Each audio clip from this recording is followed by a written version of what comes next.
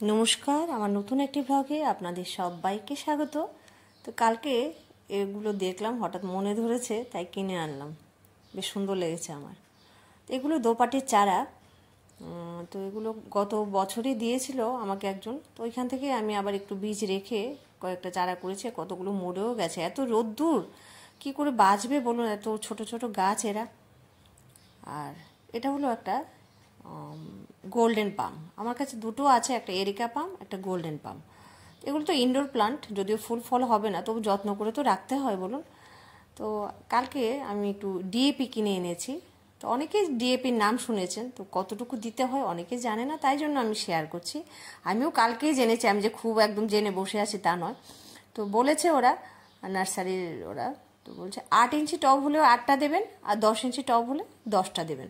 তবে রোজ দিন নয়, কিন্তু মাসে 1 দিন, 1 মাস পর পর দিতে হবে। তাহলে গাছ কি একদম হারা ভরা হবে, একদম পাতায় পাতায় ভরে যাবে, গাছটা শক্তিশালী হবে, সবচেয়ে বড় কথা।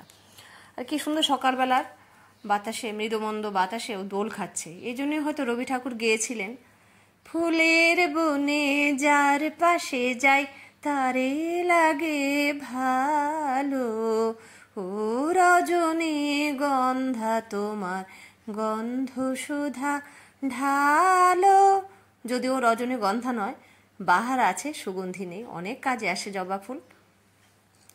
আর এই একটা অপরাজিতা, একে এবার অন্য একটা গাছে আমি উঠিয়ে দিয়েছি, তাই সে একদম অনেক ছড়িয়ে ছিটিয়ে গেছে, অনেক ফুল দিচ্ছে।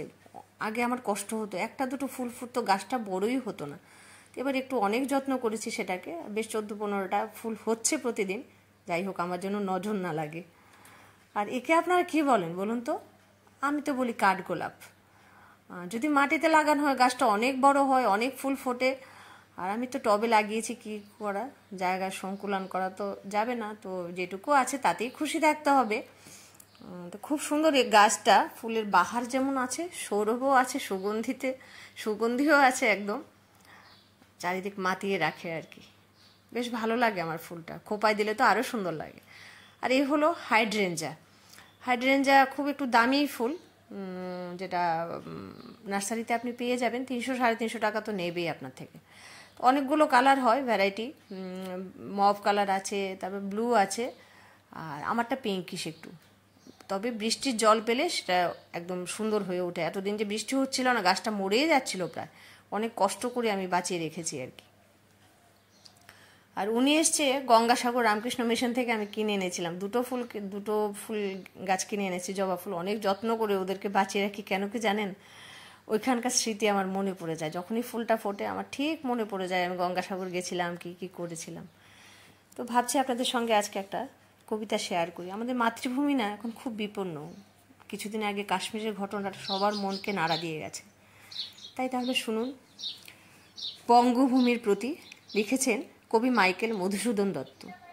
রেখো মা দাসেরে মনে, এই মিনতি করি পদে, সাধিতে মনের সাধ ঘটে যদি পরমাদ, মধুহীন করো না গো তব মন কপনদে, প্রবাসে দৈবের বসে জীব তারা যদি খসে, এ দেহ আকাশ হতে নাহি খেদে তাহে, জন্মিলে মরিতে হবে, অমর কে কোথা কবে, চিরস্থির কবে নের হায় রে জীবন নদে, কিন্তু যদি রাখো মনে, নাহি মা ডরি সমনে, মক্ষিকাও গলে না গো পড়িল অমৃত হ্রদে, সেই ধন্য নরকুলে লোকে যারে নাহি ভুলে, মনের মন্দিরে সদা সেবে সর্বজন, কিন্তু কোন গুণ আছে যাচিব যে তব কাছে, হেন অমরতা আমি কহ গো শ্যামা জন্ম দে, তবে যদি দয়া করো ভুল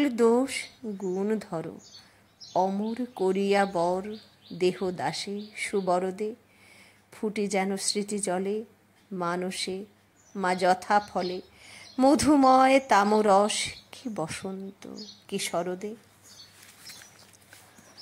তো সবাই নিশ্চয়ই ভালো আছেন, ভালো থাকবেন।